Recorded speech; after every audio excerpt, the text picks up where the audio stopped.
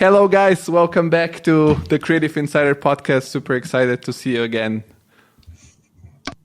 It's so nice to be here, Georgi. Oh, man, round two. We talked about it on the first podcast, and, Erin and I have been watching all the amazing stuff that you put up. We were just, before in the green room talking about your, recent video release with Kaiway Bergman, which will definitely date this video. But it's been really fun to see you, traveling the world and making content. And yeah, I also saw that you recently passed like some pretty big milestones for viewers and subscribers and downloads. So congratulations. It's huge.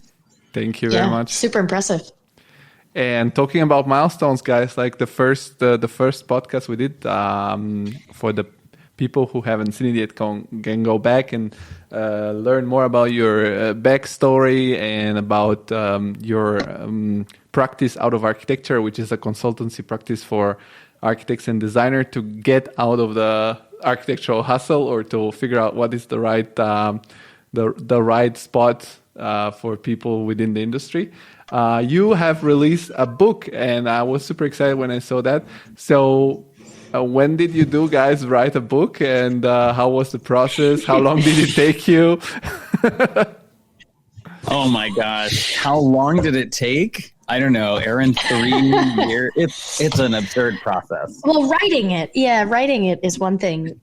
Publishing it, as we've now learned, is a completely other thing. I thought writing it would be the hard part, and it was hard. Don't get me wrong. But the publishing process, I think, tacked on another year and change, which I think also has to do with supply chain and this new way of working. But writing it took probably about 1.5 years, I would also say, with also some editing in there, both from friends and family and whatnot. The way we did it, honestly, we had a bunch of false starts of trying to kind of write together and collaborate in Google Docs. Jake and I are on completely different ends of the country.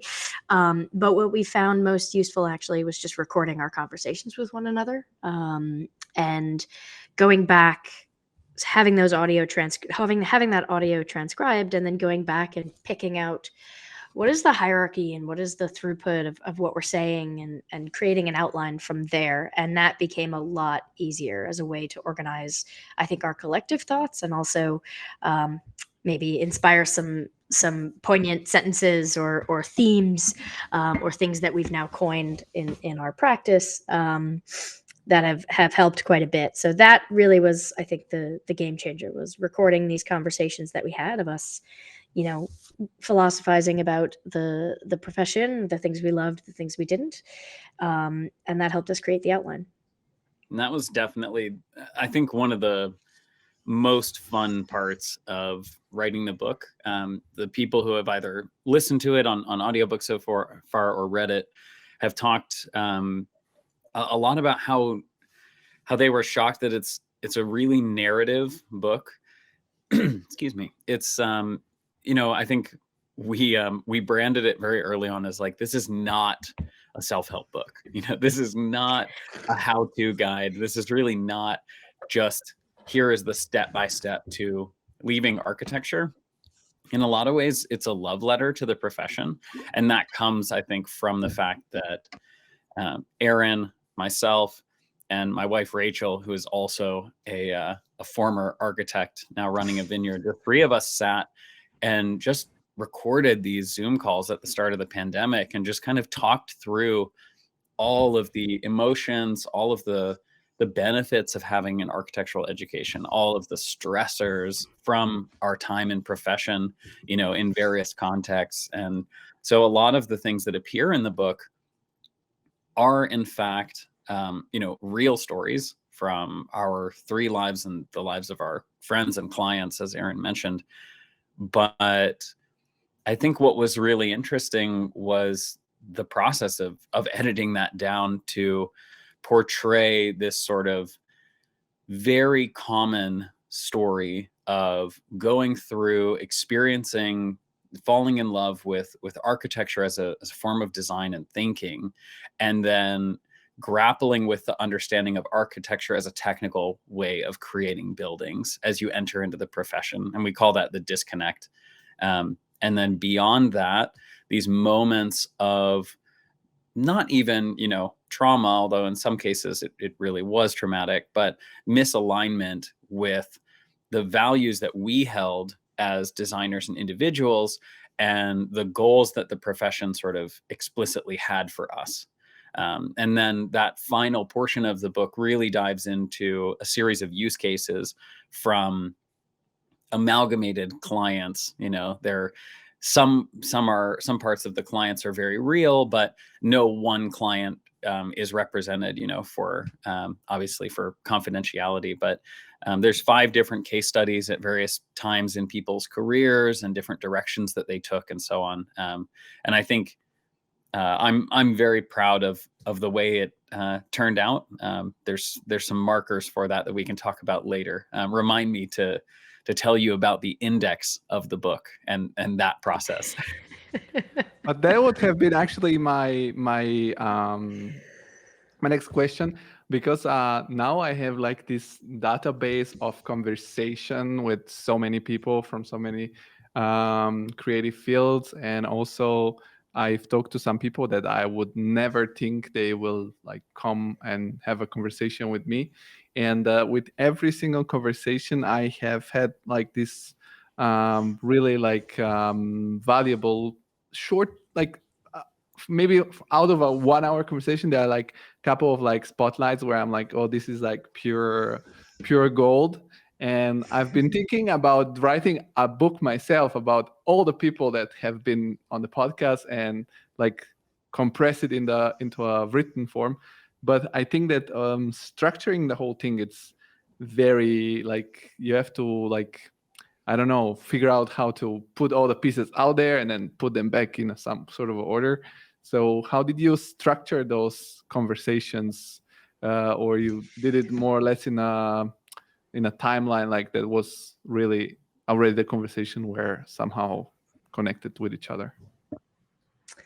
Yeah, I mean, it was a series of, I think, editing passes at different levels. Initially, when we were talking about, all right, why are we going to write a book? We had come up with a series of priorities, I think, that we wanted the book to address. One of that was reaching an audience that could hear some of the stories that we got to hear. Jake mentioned confidentiality, and we take that very seriously, and we understand that there's a sensitive nature to people coming to us and talking to us.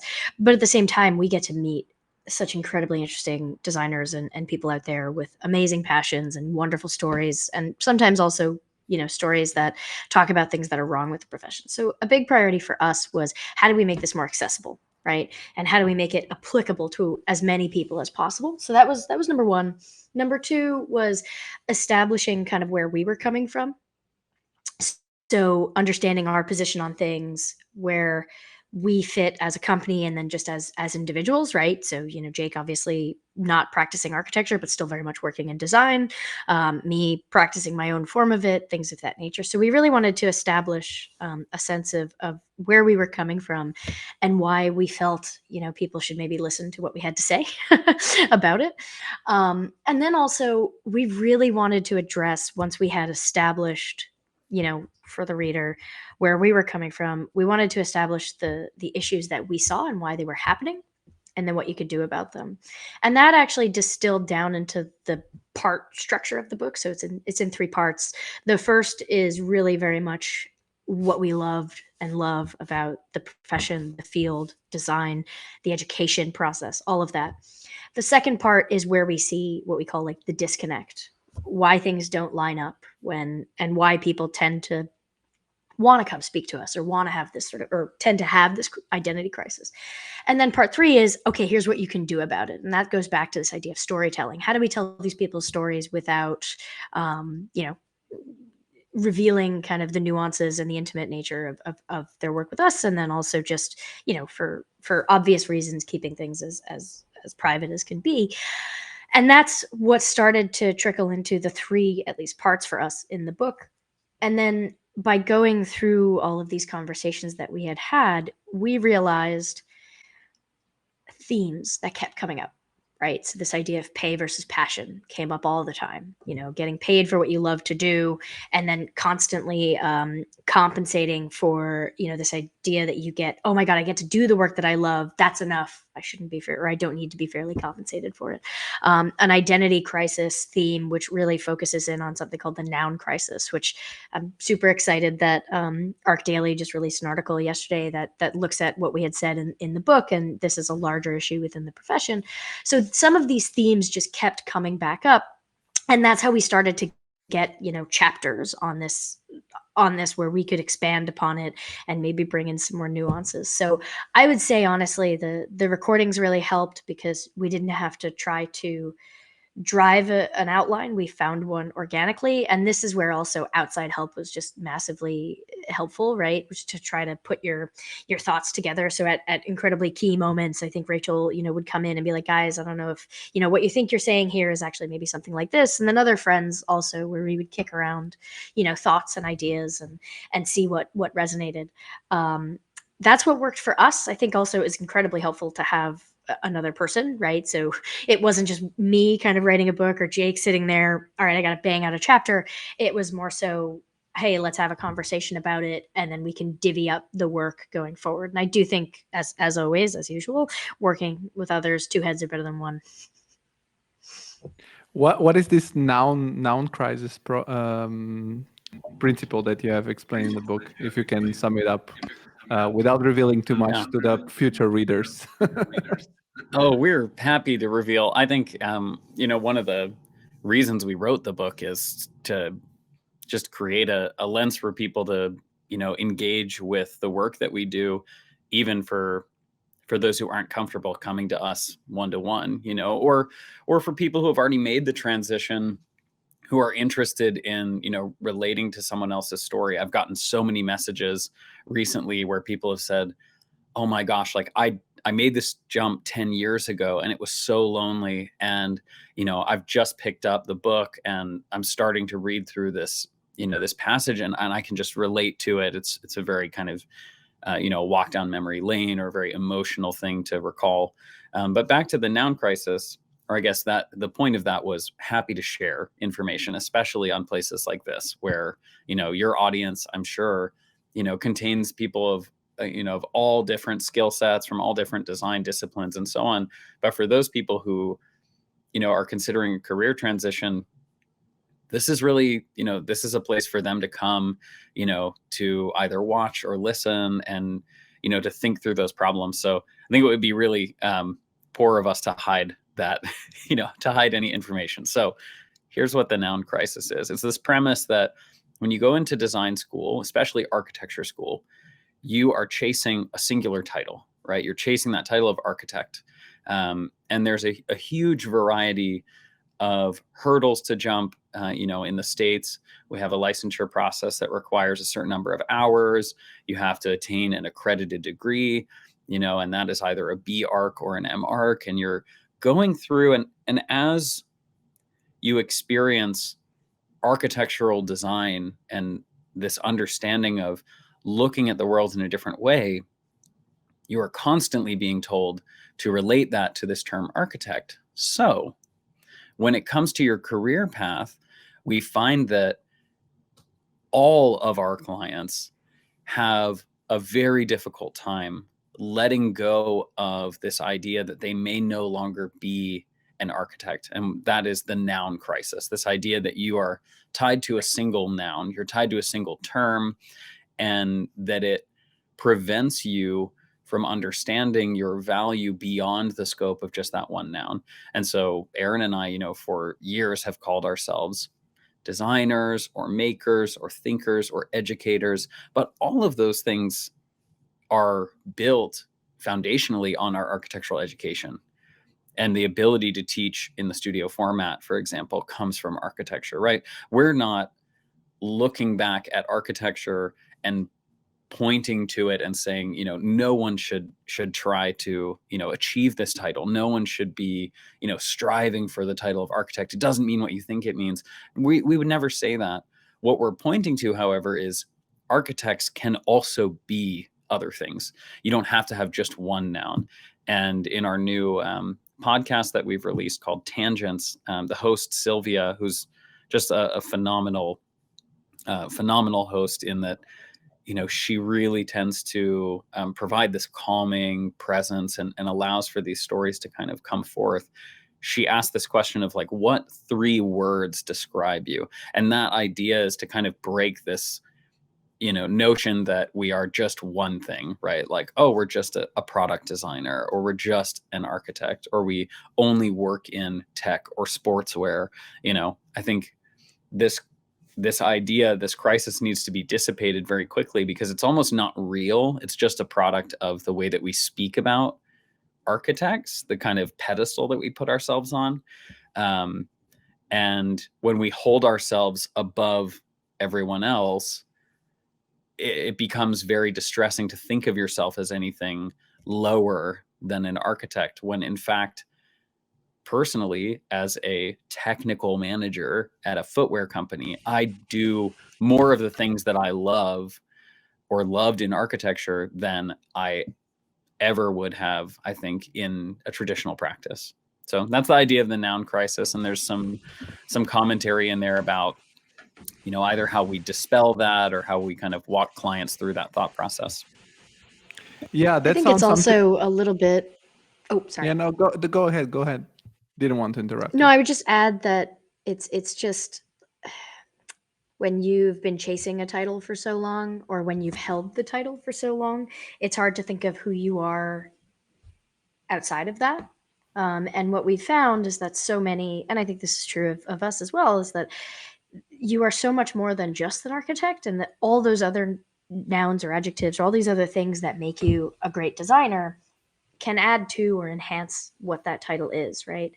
And I think people have a hard time disassociating the title from their narrative, because it becomes something, obviously it took a long time to get, and it becomes something that is a badge of honor. But at the same time, it's also something that not a lot of people actually know what it is architects really do, at least outside of the field, right?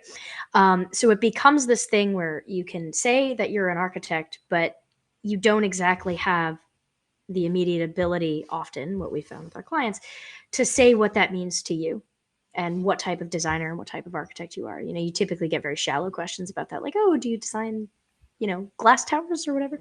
So I think part of it is also this dissonance that needs to occur when, okay, so you're an architect, but what else? What else do you love doing? What else makes you passionate about the work that you do?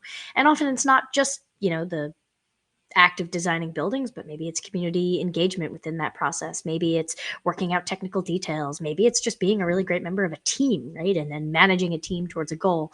So I think once we start to really unpack that title, we realize just how, siloing it actually is. Yeah, I've talked about something similar on the podcast with people that are also like educators, let's say, and I've talked about the tutorial crisis, for example, that nowadays people like really would go to look at tutorials and just get so siloed into this workflow. And what they say is, okay, do a couple of tutorials, but then start to realizing what are the problems behind the process and tackle like every single problem and try to create your own workflow.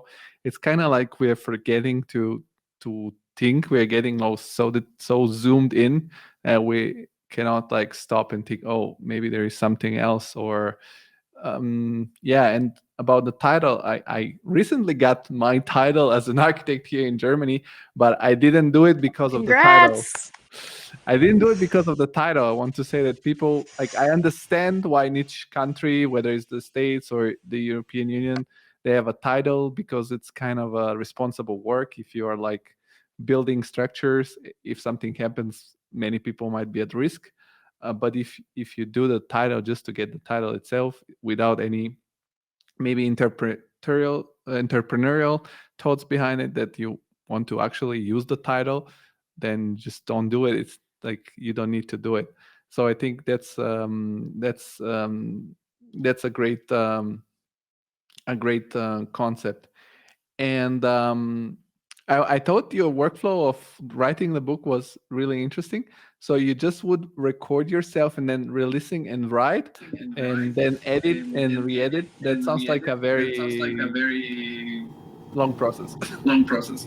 Yeah, it was a long process, but I think when you sit down, at least for us, we sat down, we just tried to start writing. We tried to start just from the beginning, you know, and then you very quickly realize that, like, well, to get to the beginning, you actually have to explain the context, you know, and then to explain the context, you really have to, you know, figure out how far back you want to go. And I think, you know, it was a very iterative process in the same way that design is. But I could imagine that, you know, for the Creative Insider book, for example, that coming next year, coming 2024, we'll see. We'll see that, how much time you I know, have for that. yeah. That I think what you would want to do, and what we did was we did a kind of rough pass at, you know, here, just list out all the topics that you think you want to cover, and then start to organize them into bundles and categories, right? And those become parts or chapters.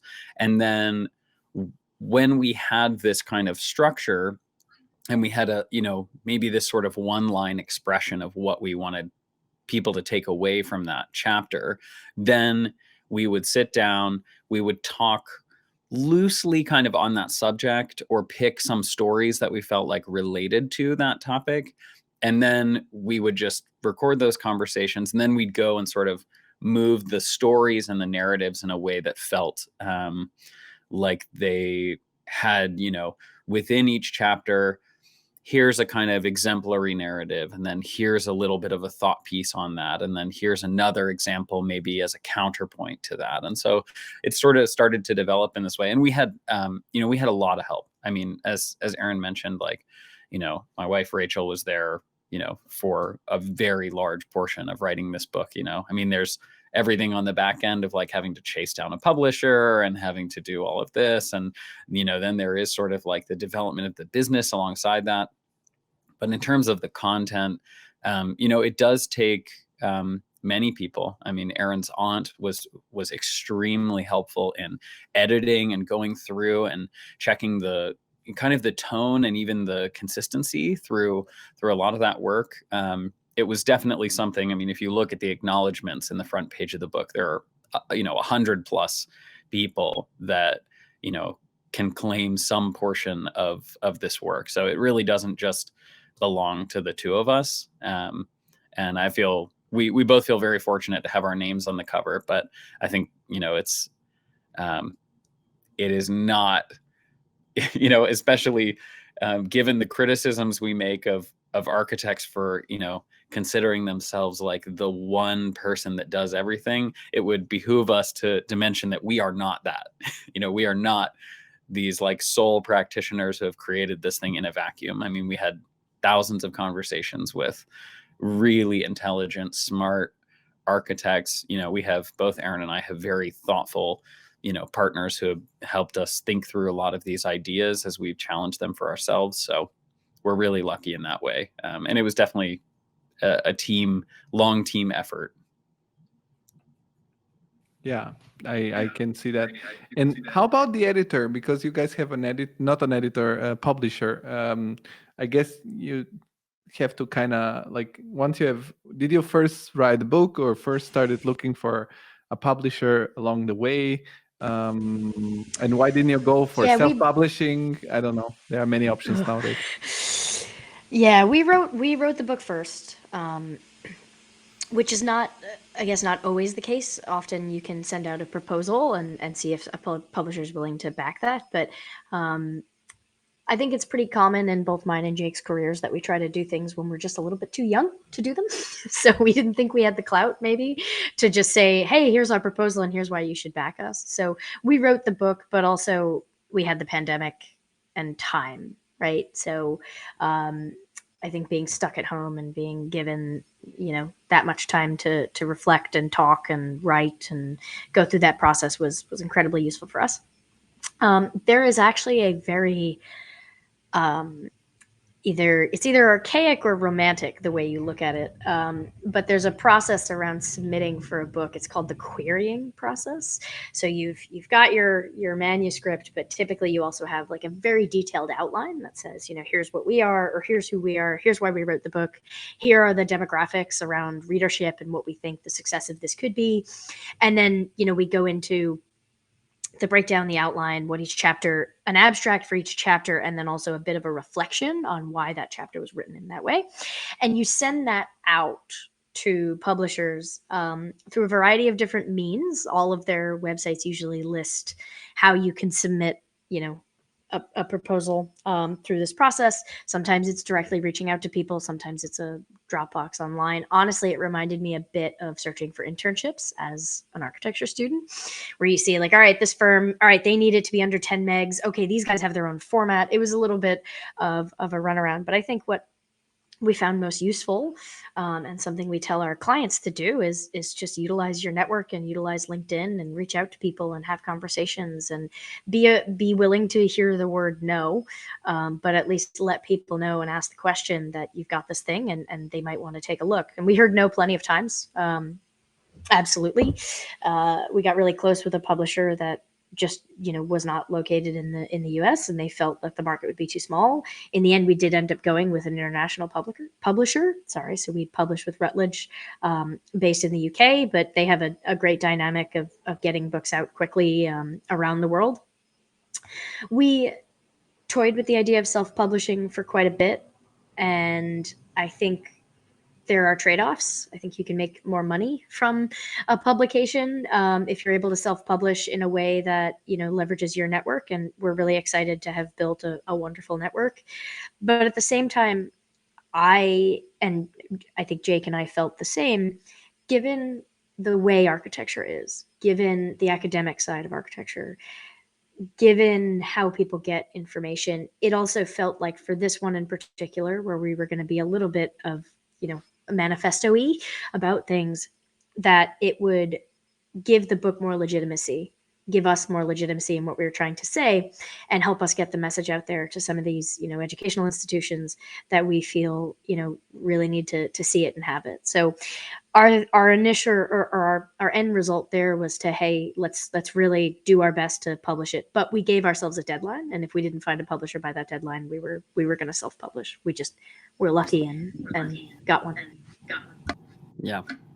I would only add that, in this kind of querying process, there is this expectation that you are sort of writing, courting a number of publishers, and you're of course trying to find ones that fit, the tone that publish work in the context that you're looking for. Routledge has a pretty large architectural publication, but we, reached out to many others. And I think the big difference for us and the key factor in actually getting a publisher to pick up the work was this, this outreach. And we had kind of started early on. And even with you, Georgi, we said, hey, we're publishing this book. We're writing this book. We're in that early phase. And it was wonderful, the amount of conversations that we were able to have where someone would say, oh, my sister, in fact, actually published a book and she really liked working with this company and you should talk to them and so on. And we followed up religiously on those conversations to make sure that, we had every opportunity to discuss that. And that scenario that I posed actually is exactly the way we ended up getting connected with the acquisitions team at Routledge. A former intern of mine who has a sister who's working in design and academia had published with Routledge, and he said, hey, you should talk to her. And so we were very grateful for all the people that also lent us their perspective along the way.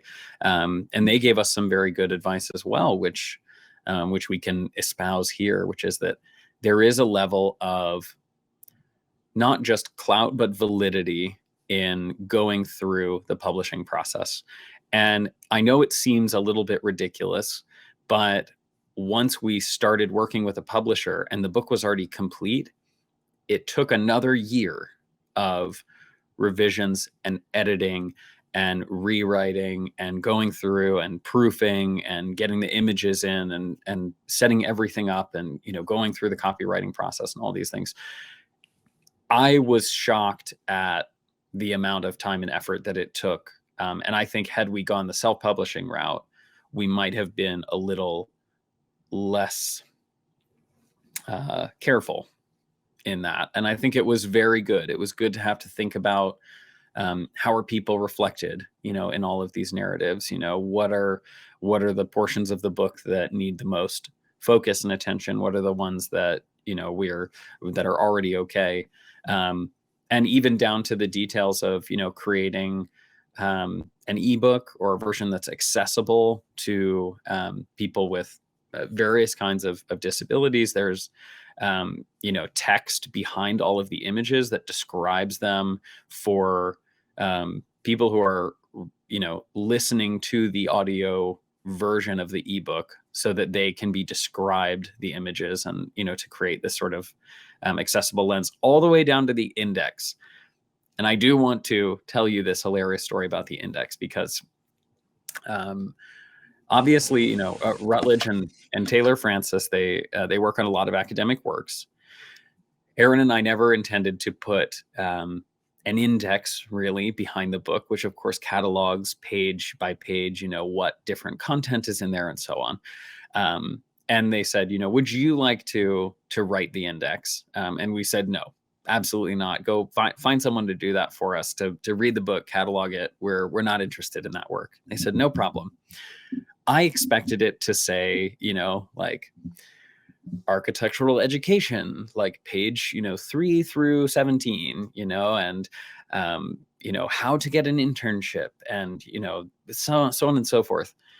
When we received the draft of the index, which is basically what we've published in the back of the book, I was both so shocked and so proud simultaneously, because it truly reflects the sort of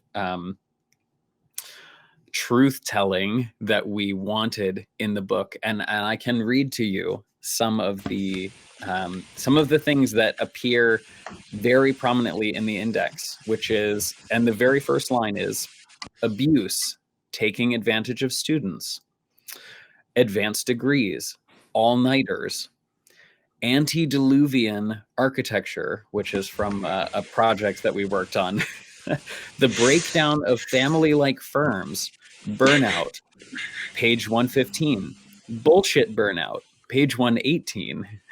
So it was wonderful to see the content broken down into such a technical format, and yet still reflecting the tone, the emphasis that we put on some of these subjects. So there is some Friendship, benefit to working page with the 22. Guilt, page 126, also 176. Groups, burnout, 115. I mean, some of the ways in which the work I'm gonna stop it just for a second. Jack, I think the audio comes back from your side, so if you can mute yourself. Yeah, there you go. There you go. You solved it. I was hearing it too. Thanks. But yeah, pay, page 121. Also related, exploitation, page 124. See also fees. So it was this really interesting thing where, we had no idea what this process would be like, this process of creating an index. And we tried to take our own advice on that, which was, you don't know what you don't know. And the cost to index it was not all that expensive. So we were like, all right, let's see what comes back. And I want a t-shirt that has the index printed on it, because I had never thought about looking at what we had written in this way, and I am now fascinated and enthralled. But I want to have like all of our chats indexed to understand, what other things we missed. So no, we got that back, and we edited nothing. We edited a lot that came back from the publisher. We were heavy-handed in the cover design and the interior graphics and just the way the text was laid out. But once we got that back, I think, we had a nice chuckle, and we're just completely happy with the fact that we had someone go off and do that. Yeah, that sounds like not a great commercial for the architectural industry. But I have to say, a lot of the things that I've heard are kind of true. I mean, I think everything it's a matter of perspective. So maybe for some people that are in love with their job, this doesn't resonate, because sometimes what I like a lot about architecture, here to defend sort of all the struggles that we have, is that I don't think that many other industries or schools builds this camaraderie, because we're used, since we start studying and then working, to go through these difficult phases that are very stressful, and at the end, if when everything is over, very rewarding. And if the how do you say, if the mood doesn't collapse, and if we go through together, then we become, it's a little bit like the army, like not at that level, but we Yes, become then yes. friends forever. Like if we survive, we are like you always think about, I do remember that time we did like 5 nights straight without sleeping and drunk like 20 liters of Red Bull. So this is for sure something that you don't get everywhere else. Um, you know, guys, I don't shy away from also like more business oriented questions, or more like I don't know if it's a controversial, but I'm on Amazon Europe, and I wanted to check your book, and here the paperback edition, it's 32 euros 50 cents, and the Kindle edition is 70.74, which is like not like the cheapest book.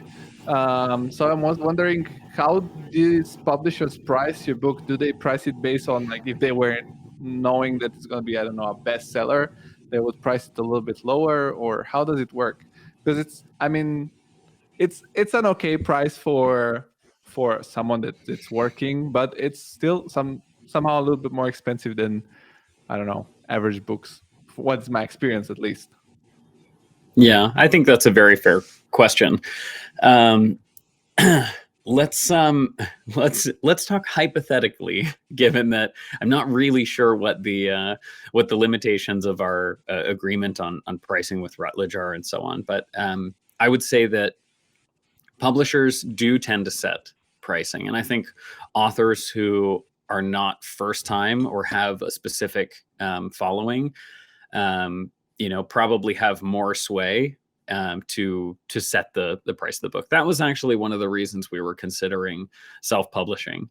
Erin and I can give you our perspective that early on we were thinking, $17, $19, maybe $25 or so on. And I will defend and say that there have also been, for out of the last 3 months that it's been on pre-order, it has been $25 or 25 euros. It has been 26. It has been, so there's sort of like heavy discounted periods.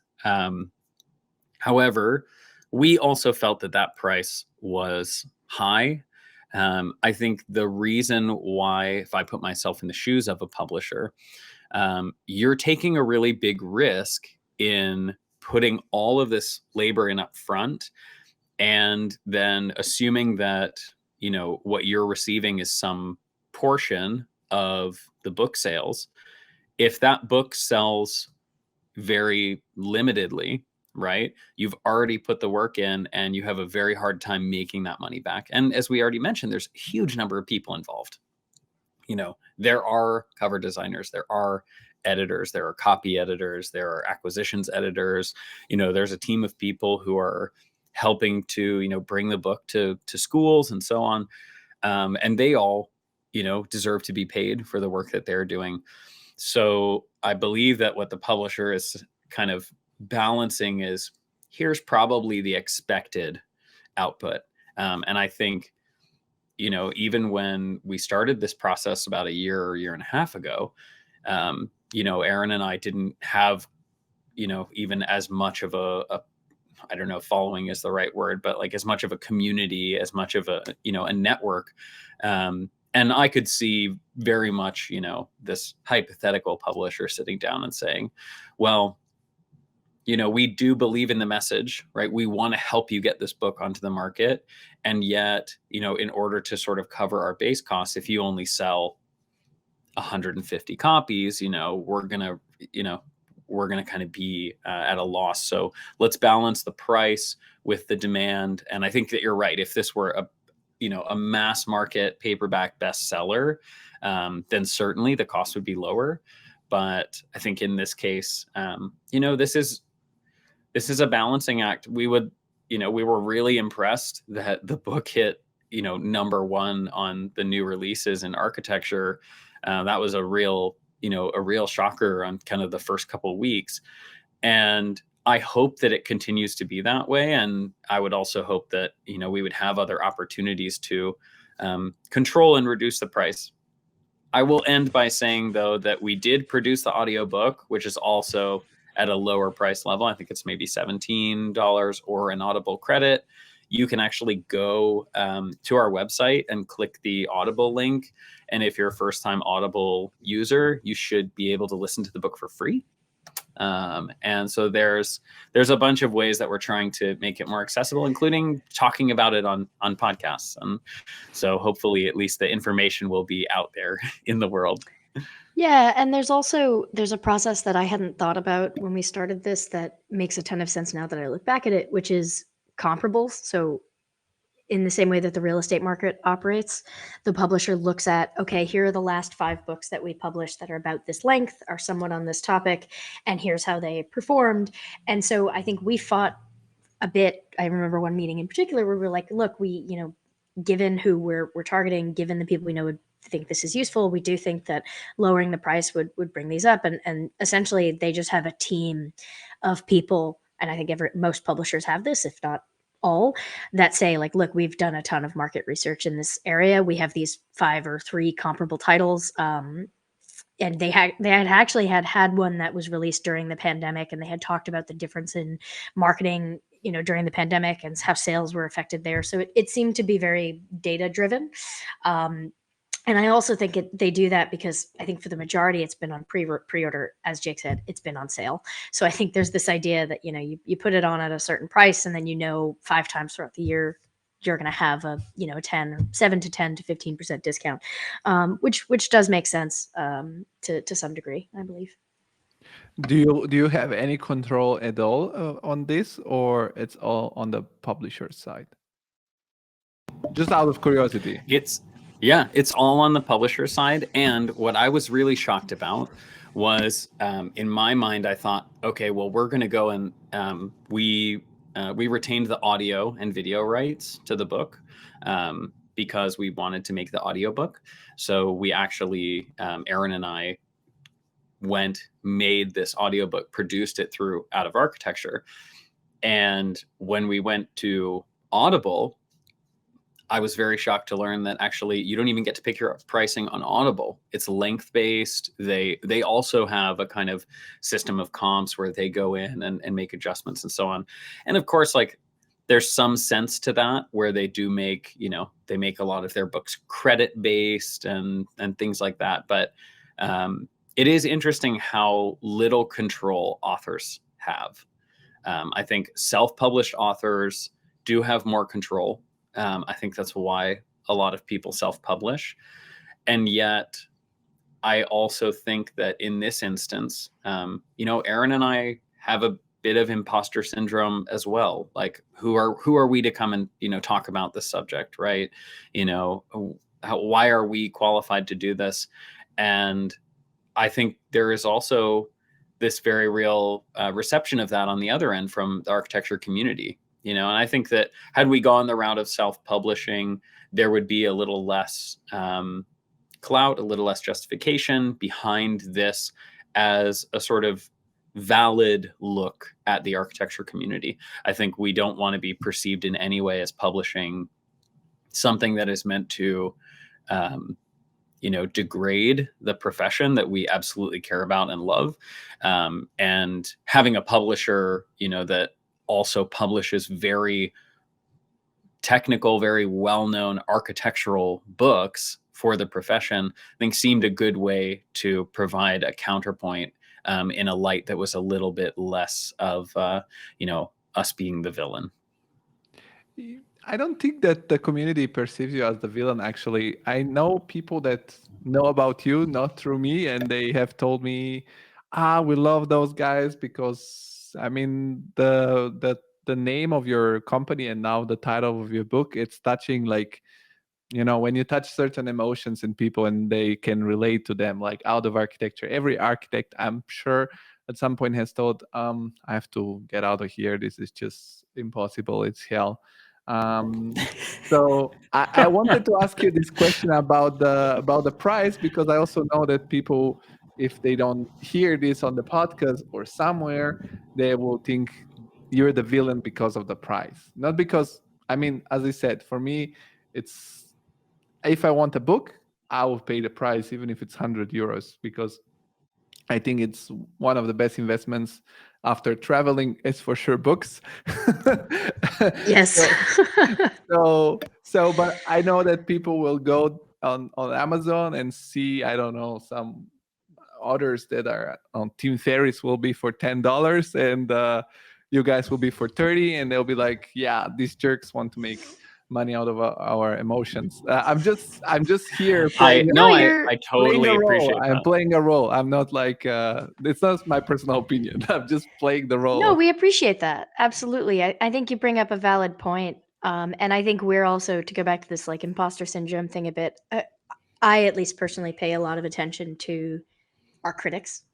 There are definitely people out there who have things to say about how we speak about the profession, um, our age for sure, the fact that we have a business around, obviously some of the topics in that book or in the book, but I do think that one, if you're, I remember a distinct moment. I was listening to the audiobook after Jake had recorded it very kindly with his dad over one weekend, where one, it was completely bonkers to listen to, my best friend tell me stories that we had written together. But two, there were moments where the book itself made me uncomfortable. Reflecting on moments in my profession or sorry in my career, or moments with students or with clients, and I remember texting Jake and just being like, wow, this is great, but I'm also feeling apprehensive, right? This is going to be out here. It's totally different to have it told back to you as opposed to reading it over and over again. And he made a really, I think poignant comment back to me, which is that if it's uncomfortable and it's true, it probably needs to be said. And I think with the backing of the publisher, with some of the support that we're getting from people now, and obviously with all of the things that our clients have entrusted us with, and what the community has sort of entrusted us with, it feels like the right time to have these conversations. And I'm getting to a point where now I think, let critics come and tell us their perspective, because I think we feel pretty confident. And Jake has actually done this on several occasions at this point, to kind of meet with those people and talk about like, what is upsetting you here? How can we collectively make this better or expand this in such a way that you feel we're not disenfranchising you? I think people are very protective of the title being an architect, and I understand why. It was hard to get, that as well. And it's a badge of honor, absolutely. But at the same time, that doesn't mean that it as a profession can sort of rest on its laurels and not take a look at itself, and really question how we could make it better. Or for those who don't want to be on a traditional path, how can we support them, right? And I think often the most critical voices are maybe the ones that need to have the conversation the most. We get comments, now on articles that get posted, or on the podcast, or even I've had people come back now and say, oh man, I just finished the book, wow, like that was really amazing. And I know they had been skeptics prior, so it does feel like we're at least on the right track. But I think, Georgi, you're asking the right questions. It's like, we wanted this book to be accessible. I told you about the values initially, is like, how do we get this out there? That was the main one. It's like, how can we be more democratic with our time and be able to make it so that everyone can participate in this in some small way, even if they can't, let's say, afford or don't have the time or the space or the capital to work with us. This is our way of doing that, and we welcome suggestions and thoughts on that, or how we could do it better. This for us has always been exciting and a great way for Jake and I to work together, but the fact that it's gotten bigger is amazing, and we want that conversation to expand. We don't feel like we're the only two who wear this hat and no one else is invited to the conversation. Yeah, no, my point of view is not a critique, but I think that this is the podcast about. It's called Insiders, so that we can discuss things that are not on your Instagram posts or LinkedIn posts. It's like having this conversation and understanding some mechanism. Me personally, I understand how hard it is to do anything new. And it's so funny because you guys, for example, have started a consultancy company and you've now written a book. And by doing those things, you gather these other skills that somehow turn you in something that it's more than an architect, because now you're also an author, a writer. And for sure, you'll learn a lot. It's very hard to start something different. And I understand how publishing works, maybe because I've like a little bit researched and heard about it. And I wanted you guys to explain it through your own experience so that people can understand. If the book is some massive, I don't know, a bestseller, which I wish it's gonna be, and then you're gonna go and do a second book, which is called Out of Architecture, and it's still $30, and unless it's not super nice print, then I'll be like, guys, this is not cool. but but I mean, this is the first book you guys are releasing, and I mean, the fact that it's out there, it's by itself awesome. And I'll put it on my Audible list. I think it's going to be fun to listen to this one. Maybe during the gym, hearing Out of Architecture, to be motivated to actually escape it on the yeah. So for sure. And no, it's we do great. not make any claims that this book will make you run faster. Let's just I want to be explicit. I don't want anyone to come and try to return their audiobook because they're not making their personal record on the treadmill. So yeah. And about the title, I mean, as a now titled architect, I don't think the title makes you actually an architect. But for example, for me personally, regarding that, it's not for me, it's a little bit unpleasant if I see people calling themselves architects, which they're officially not. And I think that's like, first of all, it's illegal, but a part of that, it's very, very, somehow a little bit offending. But as I said, for me, the title, I don't want to be called architect. I like, that's not who I am. I have another name. Mm-hmm. But it's a sort of a like, it's a stamp of like quality. And I think that people need to still understand that for certain things, like if you want to go do tech, if the app doesn't work, nobody dies. Or if you're a doctor, you should be a doctor because it's like important. But I don't know. I don't get offended by your title or by you saying that having titles is stupid, because I agree. If it's for the wrong reason, it's Mm-hmm. Yeah, this is such an interesting point, and I want to briefly talk about it a little more because first of all, Erin has the title of architect and she has earned it, but I have not gotten licensed. I went through all my hours and decided this wasn't for me, so I don't get to carry that title. We did, however, have a conversation with someone who vehemently put this point sort of related to an episode of the Tangents podcast, and we had this discussion, and I ended up sitting down with this other person and discussing with them, well, aside from the legality, which I understand, of kind of the title architect,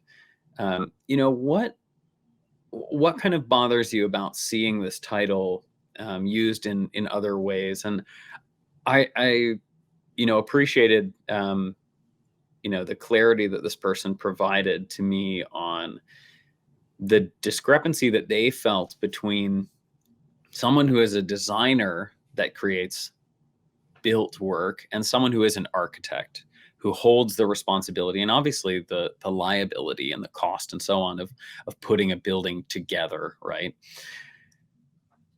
What was really interesting there was we honed in on these points more and more and more. And then this person ended up sort of saying, look, what's really frustrating is that when I see this title out there in the world and I see it being valued differently in a context that isn't direct architecture, it hurts me it hurts my, feelings towards the profession. And I have to wake up every day and I have to try and, be the best architect and yet still pay all of my bills, pay all of my people that work for me in my firm and so on. This person had a relatively successful small practice, but still, struggling in a lot of ways. And I think I would love to, turn that around. And I was able to do that with this one person. I hope that any architect listening to this podcast can think about that title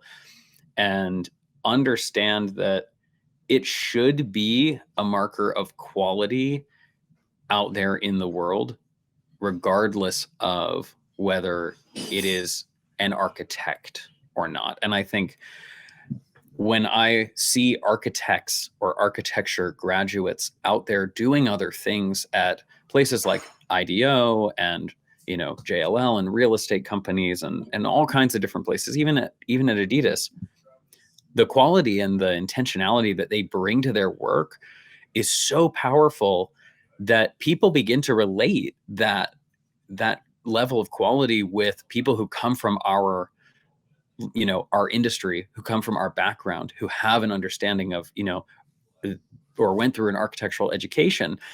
And I find that there is so much power in that, and that it makes a huge impact. And I would just encourage people to not let go of the differentiation between the titles, but also just to celebrate seeing architects in other contexts. And I think that's why, this idea of the noun crisis is so important. And Georgi, for yourself, you are also a podcaster. You are also so many other things besides just an architect. And, you touch on all of these different areas of design. And that is really powerful because it shows that architects are also more than architects, right? Like we are so many other things kind of beyond that scope. So that's the harangue, that's the diatribe. But I do think it's important to recognize that, we are in no way trying to take away from the incredible struggle and value and that true architects bring to the world. But I think architects who have also come from that zeitgeist bring so much, and eventually that value does kind of return to architecture. I believe that when you go and you do good things in the world and you espouse that is because of my education as an architect, it elevates the profession in more ways than just for that one individual. I think this is a great way to wrap it up, with the hope that everybody's gonna look on the positive side and the opportunities that are out there. And I'm really looking forward to see what is gonna be the resonance of the book. And again, you can remind the audience or the people who are listening to this, where can they find the book and where can they find you? So the best place for all of that is outofarchitecture.com. We link out to all the various outlets where you can purchase the book through there. There's also great ways to find other things that we're involved in, namely the other thing that's been released recently is our podcast that Jake alluded to called Tangents, which is hosted by Sylvia Lee and does a great job talking about all the different tangential pathways people have taken out of architecture. You can also follow us on social media. We love having people reach out to us on LinkedIn and Instagram and TikTok as well. So all of those ways are ways to find us, engage with our content, engage with us, and engage with our growing team. We've got 3 other advisors now, as well as a really great set of people who believe in the message and the mission. That sounds great. And I hope next time for me to be on your podcast presenting my book. This is the best. Love it. This will be the best loop of this whole relationship between TCI and Out of Architecture. So thank you, guys. We can't wait. Thank you, guys. Thank you, Georgi. Have a great day. You too. Likewise. Bye-bye.